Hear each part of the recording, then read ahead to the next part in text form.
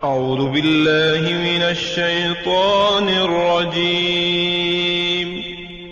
پناہ مانگتا ہوں میں اللہ کی شیطان مردود سے۔ بسم اللہ الرحمن الرحیم۔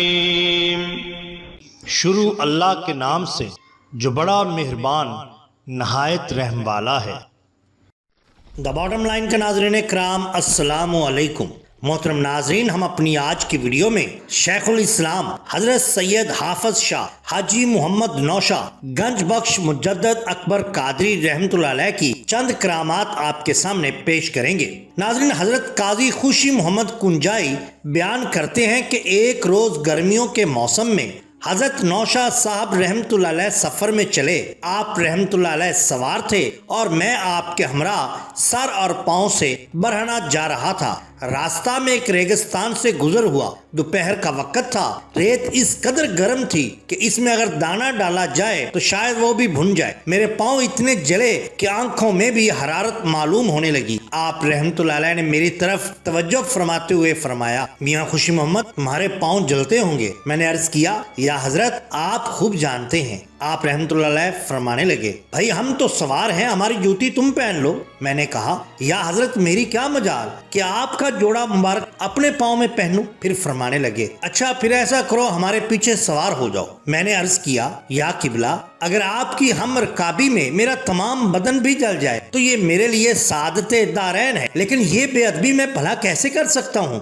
کہ آپ کے برابر سوار ہو جاؤں؟ پھر آپ نے میری طرف توجہ کی اور فرمایا، اچھا ہماری زین کا فراق یعنی کنجافہ پکڑ لو۔ چنانچہ میں نے زین کا فراق ہاتھ میں لے لیا۔ جیسے ہی میں نے زین پر ہاتھ رکھا، اسی وقت ریت اس قدر سرد معلوم ہونے لگی کہ جیسے کہ پانی میں تر کی ہوئی ہو، اور اس کی سردی میری آنکھوں میں چبھنے لگی اور میرا پورا جسم سرد ہو گیا اور رونگٹے کھڑے ہو گئے۔ ایسا لگ رہا تھا کہ جیسے میں برف کے اوپر چلا جا رہا ہوں۔ منقول ہے کہ ایک مرتبہ آپ رحمت اللہ علیہ لاہور تشریف لے گئے۔ ان دنوں وہاں شاہی پہلوان شیر علی نام کا مغل زادہ بیجاپوری آیا ہوا تھا، جو پہلوان پائے تخت کا خطاب رکھتا تھا۔ اس نے افغانستان کے ایک پہلوان جنگی زور کو کشتی میں شکست دی تھی، اس لیے اس کا شہرہ عام ہو گیا۔ آپ رحمت اللہ علیہ کو شوق تھا کہ اس کو دیکھیں۔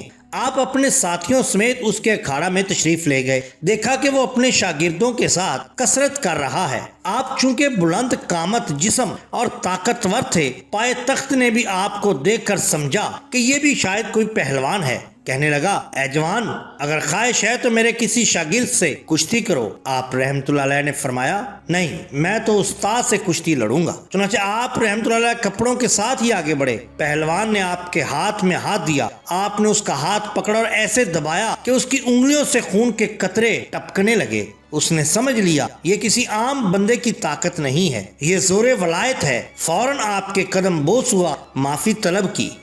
بالکل اسی طرح بیان کیا جاتا ہے کہ سہان پال کے نواح میں ایک گاؤں تھا، جہاں پر ایک ہندو جوگی کنہیا لال رہا کرتا تھا۔ اس نے خوب محنت کر کے جادو اور جوگ میں ملکہ حاصل کر رکھا تھا۔ پورے علاقہ میں اس کی دھوم تھی، ہر کس و ناکس اس سے خوف زدہ تھا۔ جو وہ طلب کرتا اس کو دے دیا جاتا، کیا مسلمان، کیا ہندو، کیا دلت، سب کے سب اس سے تنگ تھے، مگر اس کے خوف کی وجہ سے کوئی حرف شکایت زبان پر نہ لاتا تھا۔ ایک دن آپ رحمت اللہ علیہ کے ایک مرید نے کنہیا لال کی شرارتوں کے بارے میں آپ سے عرض کیا۔ آپ نے فرمایا، اچھا کبھی دیکھیں گے۔ کچھ دنوں کے بعد گاؤں کے ایک مرید نے آپ کو گھر مدعو کیا۔ آپ کا نام سن کر ارد گرد کے کئی لوگ بھی زیارت کے لیے آ گئے۔ جب کنہیا لال کو علم ہوا تو وہ گھات لگا کر واپسی کے رستہ میں بیٹھ گیا۔ آپ اپنے ہمراہیوں کے ساتھ جب ویران جگہ پر پہنچے، کنہیا لال ایک طرف سے نمودار ہوا اور بولا، درویش اپنا کرشمہ دکھاؤ۔ آپ نے فرمایا،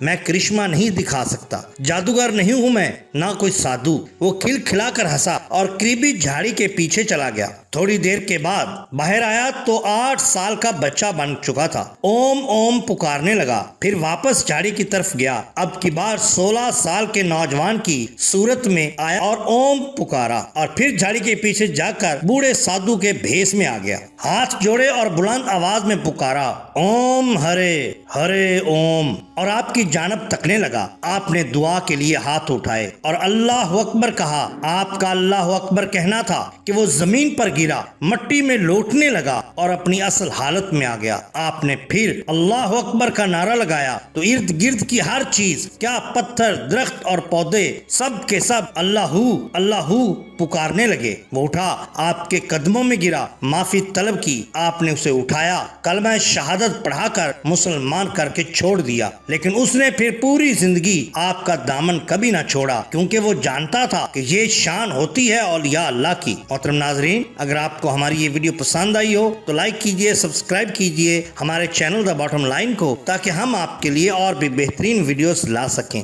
اپنے دوستوں کا، گرد و نواح کے لوگوں کا بہت خیال رکھیے گا۔ اللہ اور اللہ کے رسول صلی اللہ علیہ وسلم سے بیعت محبت کیجئے۔ آپ کا بہت شکریہ۔ اللہ حافظ۔